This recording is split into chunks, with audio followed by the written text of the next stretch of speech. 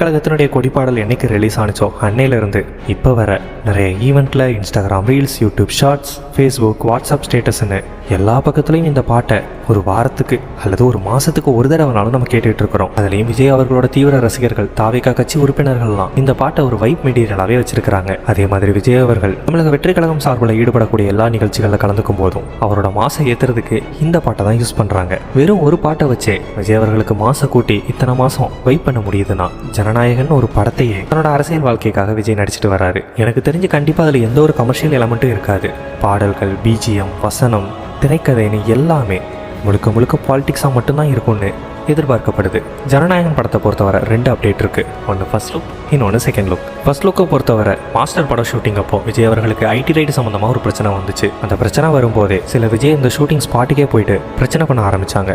அது தெரிஞ்ச அவரோட ரசிகர்கள் பல்லாயிரக்கணக்கான பேர் அந்த இடத்துல விஜய்க்கு ஆதரவாக திரண்டாங்க. தனக்கு ஆதரவாக வந்த ரசிகர்களை மதிக்கிற விதமா ஒரு வேன் மேலே ஏறி நின்று தன்னோட ரசிகர்கள் கூட விஜய் அவர்கள் ஒரு செல்ஃபி ஒன்று எடுத்திருப்பாரு. அதை இப்போ திரும்பி பார்க்கும்போது விஜய் அவர்களோட ஃபர்ஸ்ட் பொலிட்டிக்கல் ஈவெண்ட்டாவே அந்த செல்ஃபி தான் அமைஞ்சிருக்குங்கிறது இப்போதான் நிறைய பேருக்கு புரிஞ்சிருக்கும். விஜய் தன்னோட ஃபேன்ஸை எவ்வளோ ரெஸ்பெக்ட் பண்ணுறாரு, அவங்க மேலே எவ்வளோ அன்பு வச்சிருக்கிறாருங்கிற காட்டுற விதமா தன்னோட எக்ஸ்தலத்தில் பேனராகவே அந்த செல்ஃபி ஃபோட்டோவை தான் ரொம்ப நாளைக்கு வச்சிருந்தாரு. இப்போ இந்த ஜனநாயகன் ஃபர்ஸ்ட் லுக் அந்த ஒரு மொமெண்ட்டுக்கு ட்ரிபியூட் கொடுக்குற விதமா அமைஞ்சிருக்கு. சேம் அதே மாதிரி ஒரு வேன் மேலே ஏறி விஜய் நின்று செல்ஃபி எடுக்கிறாரு. கீழே அவரோட லட்சக்கணக்கான ரசிகர்கள் அல்லாம வெள்ளை நிற ஆடையோட லட்சக்கணக்கான தொண்டர்கள் நிற்கிற மாதிரி அதை ரெப்ரசென்ட் பண்ணியிருக்கிறாங்க.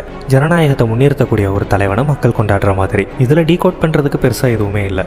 விஷயமே செகண்ட் லுக்கில் தான் இருக்குது. செகண்டில் சுற்றி ரெட் கலர் பேக்ரவுண்டில் ஒரு ஃப்ரேமுக்குள்ளே கையில் சாட்டையோட எம்ஜிஆரை ரெப்ரசென்ட் பண்ணுற மாதிரி ரொம்பவே ஸ்டைலாக விஜய் அவர்கள் நிற்கிறாரு. அதில் நான் ஆணையிட்டால் அப்படின்னு ஒரு பாடல் வரிகள் வேற இடம்பெற்றிருக்கு. இதில் ஒன்னொன்னுலையுமே ஒரு அரசியல் ஹிண்ட் இருக்குது. ஃபர்ஸ்ட் அந்த சிகப்பு நிறத்துக்கு வரலாம். சிகப்பு அப்படின்னு வந்துட்டாலே அது பொது உடைமை சித்தாந்தம் தான். உழைக்கும் மக்களுக்காக குரல் கொடுக்கறது, அவங்களோட வழிகளை எடுத்து சொல்கிறது, அவங்களோட உரிமைக்காக போராடுறதுன்னு சிகப்பு வறுமையை மாற்றக்கூடிய ஒரு நிறமாக தான் காலங்காலமாக பயன்படுத்தப்பட்டுட்டு வருது. ஆக மொத்தம் கஷ்டப்பட்டு உழைச்சி முன்னேறக்கூடிய தொழிலாளர்கள் ஊழல் பண்ணி அவங்கள சுரண்டி அவங்க மூலமாக பயனடைகிற அரசியல்வாதிகளை எதிர்க்கிற படமாக தான் இது இருக்கும் அப்படிங்கிறத காட்டுற விதமாகவும் இது இருக்கும்னு எதிர்பார்க்கப்படுது. அடுத்ததாக அவர் கையில் வச்சிருக்கக்கூடிய சாட்டை, இது வெறுமனை பார்த்தா ஒரு ஆயுதம். ஆனால் அரசியல் பார்வையில் பார்க்கும்போது யாரும் தப்பு பண்ணிடக்கூடாது. தப்பு பண்ணுறவங்களுக்கு சாட்டை அடி விழும் அப்படின்னு ஒழுங்கு நடவடிக்கையை பாதுகாக்கிறதுக்காக கட்டுப்பாட்டாக வச்சிருக்கிறதுக்காக வரலாற்றில் சாட்டையை பயன்படுத்தியது உண்டு. பல நாடுகளில் சாட்டை அரசரையோ அல்லது அதிகாரத்தையோ குறிக்கிற சின்னமாக இடம்பெற்றிருக்கு. சில மதங்களில் சாட்டை நீதியின் கருவியாக குறிப்பிடப்பட்டிருக்கு. இன்னும் சொல்ல போனால் இந்த காலகட்டத்தில் இங்கிலாந்தில் விப் அப்படின்னு ஒரு பதவியே இருக்கு.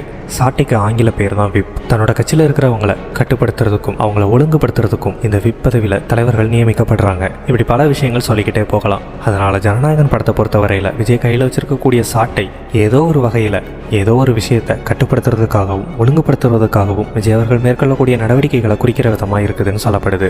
கடைசியாக அந்த ஃப்ரேம் இல்லாமல் வெறுமன விஜய் அவர்கள் கையில் சாட்டையோடு நிற்கிற மாதிரியே வச்சிருக்கலாம். ஆனால் ஃப்ரேம் ஒன்று வச்சு அந்த ஃப்ரேம்குள்ளே விஜய் அவர்கள் முழுசாக ஃபிட் ஆகாமல் பாதி உடம்புக்கு மேலே ஃப்ரேமுக்கு வெளியில தான் இருக்குது. இது எதை ரெப்ரசென்ட் பண்ணுதுன்னா ஜனநாயகத்தோட அடிப்படை விஷயமே கேள்வி கேட்கறது தான். நம்மளை ஆளக்கூடிய அரசியல்வாதிகள் நீங்கள் இதை தான் பண்ணணும், இப்படி தான் பண்ணணும், எதிர்த்து கேள்வி கேட்கக்கூடாதுன்னு ஒரு ஃப்ரேம் ஒன்று கட்டமைச்சு அதுக்குள்ளே தான் மக்களை வாழ வச்சுக்கிட்டு இருக்கிறாங்க.